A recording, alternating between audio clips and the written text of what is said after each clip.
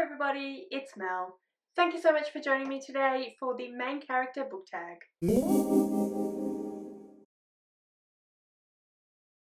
So I recently saw this video over on Ren from the Reading Ren's channel.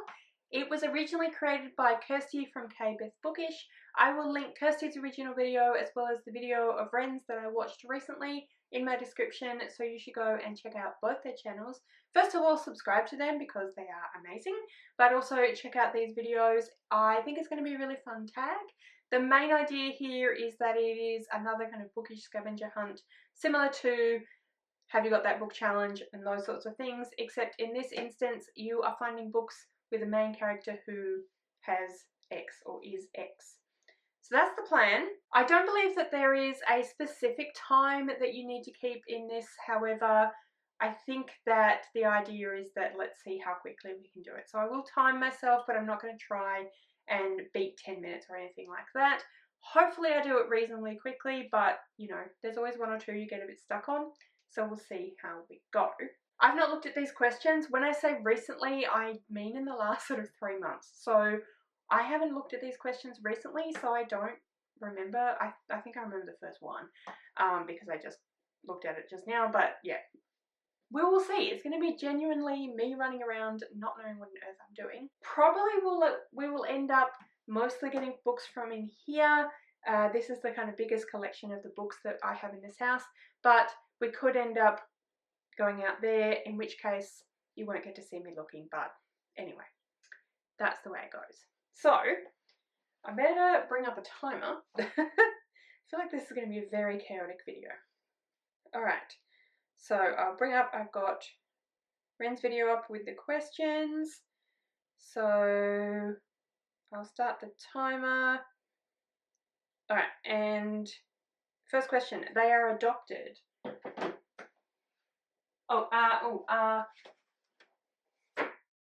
Fable by R.F. Kuang. Both parents are alive and have a presence in the characters' lives. Okay, the first thing that I sort of saw, and it does technically count, but it's very bleak, but the 5th season by N.K. Jemisin technically does count. If you know, you know. Next question, they have blonde hair. Oh gosh.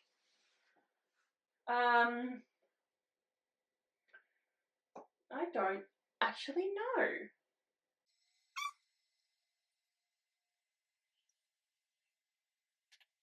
I will have to come back to that, I think. Okay. Number 4, the character has an animal companion. Where is it? Where is it? Where is it? Where is it? A Day of Fallen Night. One of the characters has a dragon as a companion. They are different to the rest of their family and are seen as the odd one out. Morrigan Crow from Morrigan Crow, Trials of Morrigan Crow series, Nevermore series. Their skin has a scar or scarring. Ooh. Oh, I just read a book. House Apollo by Crystal Sutherland. They have a scar in the 3 main characters in their throat. A character who has no clue how to fight. Does that mean they need to know but they don't, or they just don't probably? Well, I'm going to say Claire from The Time Traveller's Wife. They have 2 or more best friends. 2 or more best friends. That's surprisingly more difficult than you'd think. I don't know. Bear with. Trixie Belden and the Gatekeeper of the Gatehouse Mystery. Trixie Belden has a bunch of friends. Where are we? They suffer from a phobia or phobias. This is hard, Kirsty. Phobia of phobias. I don't know if I've got anything. I'll come back to that as well. The main character has brown eyes. Flower of the Orange Tree, Say Brown has brown eyes. The character is part of the LGBTQIA+ community. First book I thought of probably doesn't fit because I don't know if you could technically say it was a community at that point.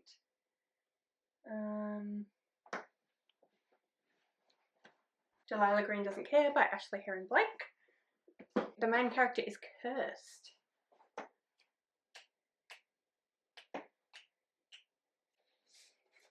I'm not sure if this entirely works, but Gallant by V.E. Schwab. Sort of. The character is a prince or princess. They may be aware of it, or they may discover later.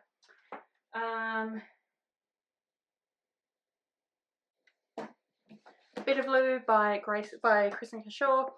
Bit of Blue is the queen, princess, and then queen of her country. The character is a hunter, warrior, fighter for a living.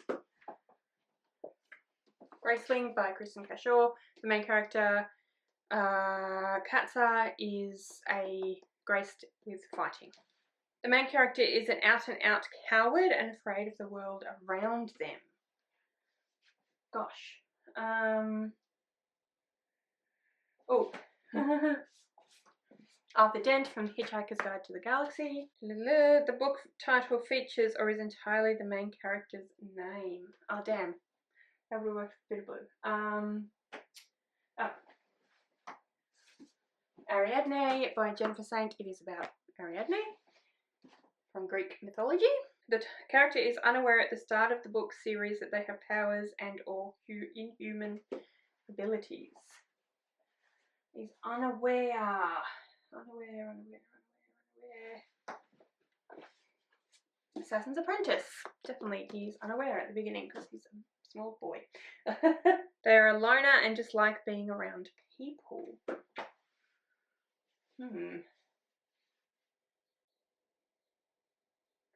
I can think of a bunch of characters that sort of fit this prompt in that they kind of end up having to be, but whether they just like it, I don't think that quite fits. I'm gonna go with Granny Weatherwax from Weird Sisters and the other witch books in this series. She doesn't entirely dislike being around people, but she doesn't love it, and she does live in an out-of-the-way place as a loner, so it kind of works. The character was born in our world and raised in another. Raised in another. I was about to go and grab Narnia, but raised. You know what?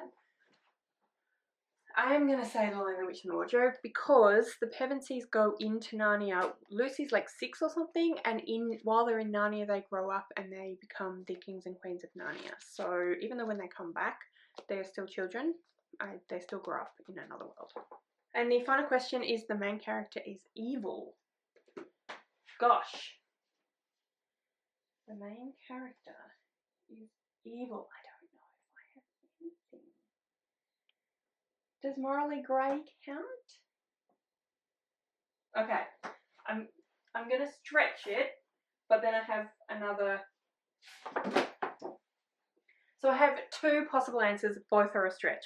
So the first one is at the blade itself, because we have Glockter, who is morally grey and does incredibly questionable things, and I'm not sure whether you would.